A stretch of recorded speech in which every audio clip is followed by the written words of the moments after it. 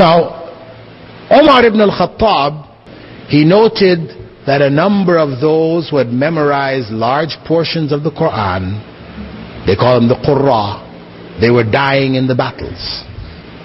So he went to Abu Bakr and said, we have a problem here. Those who had memorized larger portions are dying.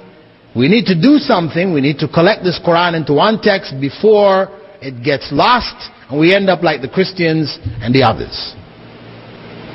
Now, Abu Bakr, when Omar suggested this to him, his response was, no way. I'm not going to do something which Prophet Muhammad ﷺ didn't do. I'm not prepared to do that. So Omar had to reason with him, sit with him, talk to him. He said, Inna nahnu nazzalna dhikra wa inna lahu lahafidhun. As Allah promised, indeed I have revealed the reminder, the Quran, and indeed I will preserve it. Allah preserved its text.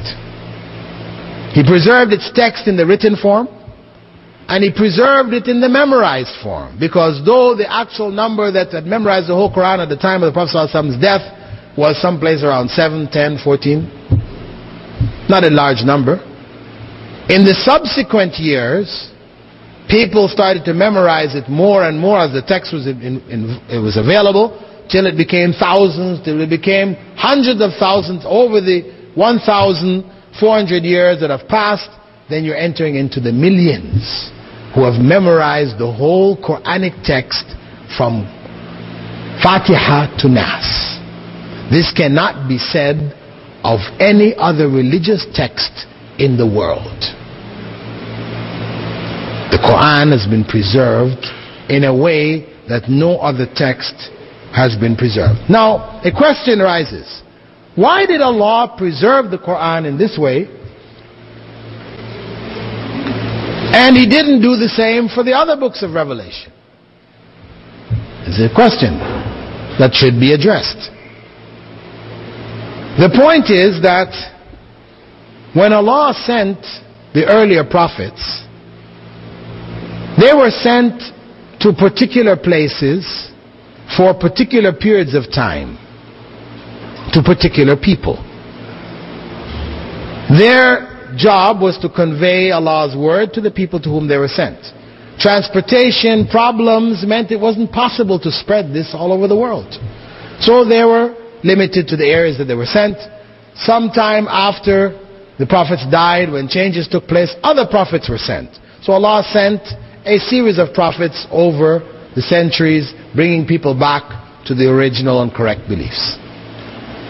By the time that Prophet Muhammad ﷺ came, he came at a time when the world reached a point in its development where the revelation could be taken to the ends of the earth, to the vast majority of the known world. So Prophet Muhammad ﷺ was chosen by Allah to be the last of the prophets, and his revelation was to be the last of the revelations. So since there was no other prophet coming after him, it had to be preserved as no other message before him was preserved. So it is not that the Quran is superior to the Torah, because it's all Allah's word, but that the Torah was sent for a limited period of time, whereas the Quran was sent for the rest of time. As Prophet Musa was sent for a limited period of time, Prophet Muhammad ﷺ was sent to all humankind, as Allah said, وَمَا أَرْسَلْنَاكَ إِلَّا كَافَّةً لِلنَّاسِ بَشِيرًا وَنَذِيرًا وَلَكِنَّ أَكْثَرَ النَّاسِ لَا يَعْلَمُونَ. I have only sent you, Muhammad ﷺ, as a giver of glad tidings and a warner to all of humankind, but most humans don't understand. So the message of the Prophet ﷺ was a message to the whole of humankind. His revelation needed to be preserved as no other revelation was preserved.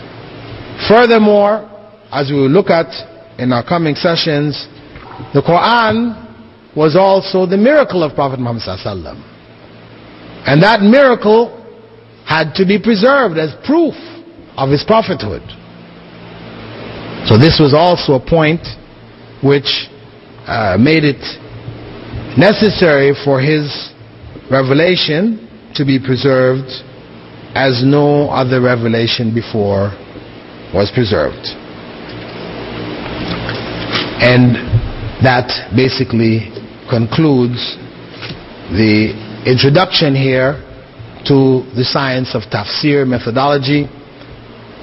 The Quran's collection is an historical event which Muslims should know, we shouldn't be afraid of. Its incidents confirm the revelation. It gives us certainty of the text, that we have something reliable in our hands.